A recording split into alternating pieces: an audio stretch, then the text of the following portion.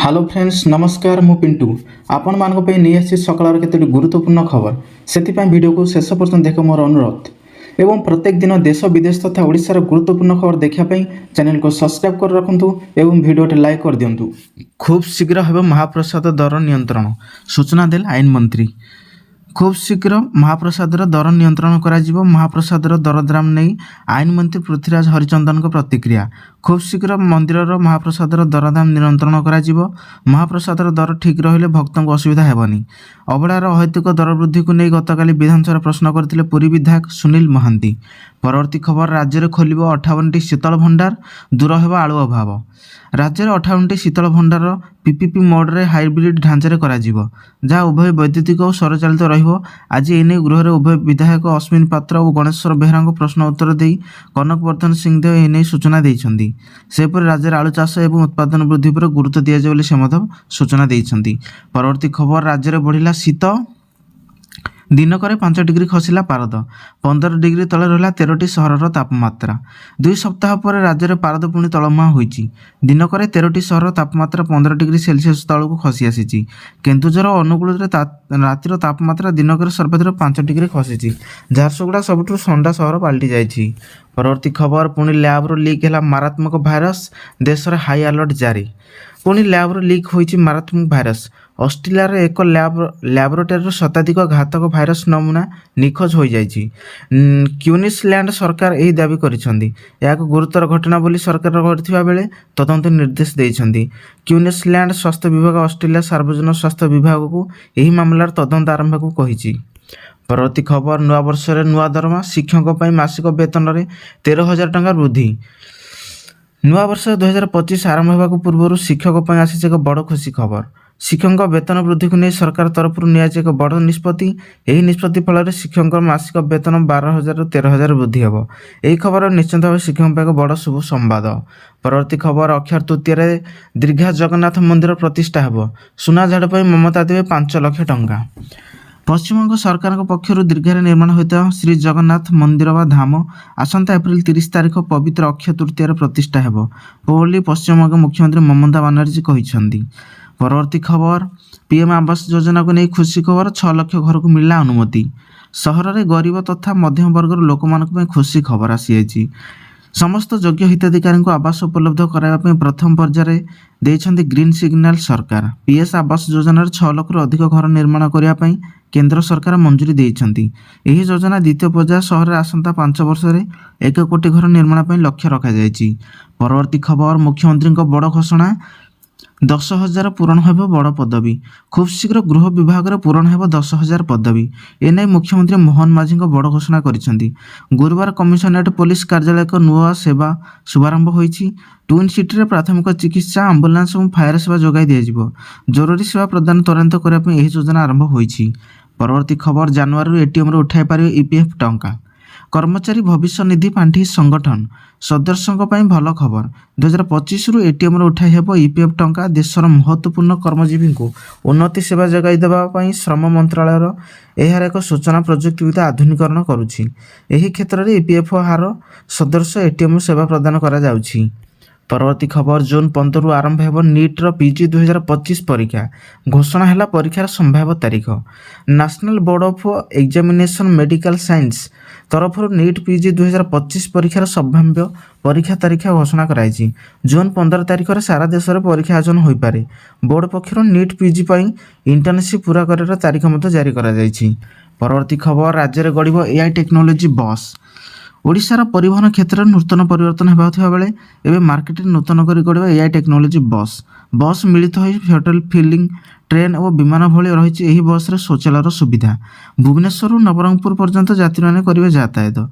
शीततांत्र नियंत्रित आरामदायक बसवा और शोबार व्यवस्था रही बस रे। परवर्ती खबर one nation one election bill को मिलला केंद्र कैबिनेट मंजूरी। खूब शीघ्र संसद में उपस्थापित होगा यही बिल।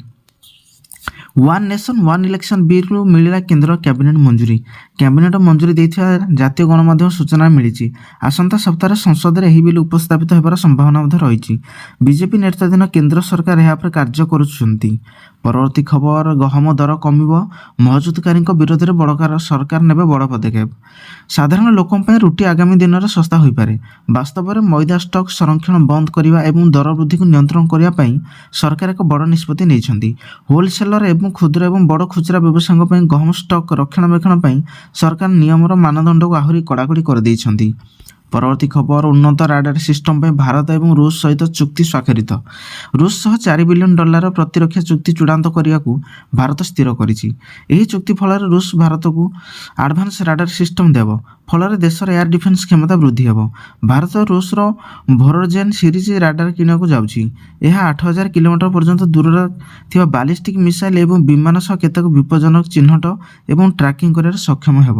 ପରବର୍ତ୍ତୀ ଖବର, ଏଣିକି ଭିନ୍ନକ୍ଷମ ଏବଂ ବରିଷ୍ଠଙ୍କ ପାଇଁ ସହଜ ହେବ ଜଗା ଦର୍ଶନ। ଏଣିକି ଜଗନ୍ନାଥ ପ୍ରଭୁଙ୍କୁ ଦର୍ଶନ ସହଜରେ କରିପାରିବେ ବରିଷ୍ଠ ଏବଂ ଭିନ୍ନକ୍ଷମ ଭକ୍ତ। ଖୁବ୍ ଶୀଘ୍ର ଶ୍ରୀମନ୍ଦିର ଭିନ୍ନକ୍ଷମ ବରିଷ୍ଠ ନାଗରିକଙ୍କ ପାଇଁ ହେବାକୁ ଥିବା 6 ଲାଇନ୍ ବିଶିଷ୍ଟ ରାମ୍ପ ବ୍ୟବସ୍ଥା। ଏହାଦ୍ୱାରା ଏହି ବର୍ଗର ଭକ୍ତ ସୁବିଧାରେ ମହାପ୍ରଭୁଙ୍କୁ ଦର୍ଶନ କରିପାରିବେ। 6 ଲାଇନ୍ ବିଶିଷ୍ଟ ରାମ୍ପ ବ୍ୟବସ୍ଥା ଦ୍ୱାରା ବରିଷ୍ଠ ନାଗରିକ ଏବଂ ଭିନ୍ନକ୍ଷମ ପାଇଁ ସୁବିଧା ଦର୍ଶନ ହେବ। ପରବର୍ତ୍ତୀ ଖବର, 2025 ଆର୍ଥିକ ବର୍ଷରେ ଅତିରିକ୍ତ 86,730 କୋଟି ଟଙ୍କା ଖର୍ଚ୍ଚ କରିବେ କେନ୍ଦ୍ର ସରକାର। ସଂସଦରେ ମାଗିଲେ ମଞ୍ଜୁରୀ। ଚଳିତ ଆର୍ଥିକ ବର୍ଷରେ 44,143 କୋଟି ଟଙ୍କା ଅତିରିକ୍ତ ନେଟ୍ ନଗଦ ବ୍ୟୟ ପାଇଁ ସରକାର ଗୁରୁବାର ସଂସଦର ଅନୁମୋଦନ ଲୋଡ଼ିଛନ୍ତି।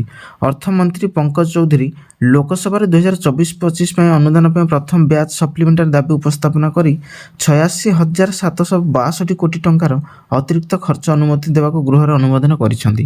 ପରବର୍ତ୍ତୀ ଖବର, ଭୁବନେଶ୍ୱର କେନ୍ଦ୍ରରୁ ପ୍ରଥମ ଥର ସାନ୍ତାଳୀ ଭାଷାରେ ପ୍ରସାରଣ ହେଲା ସମାଚାର।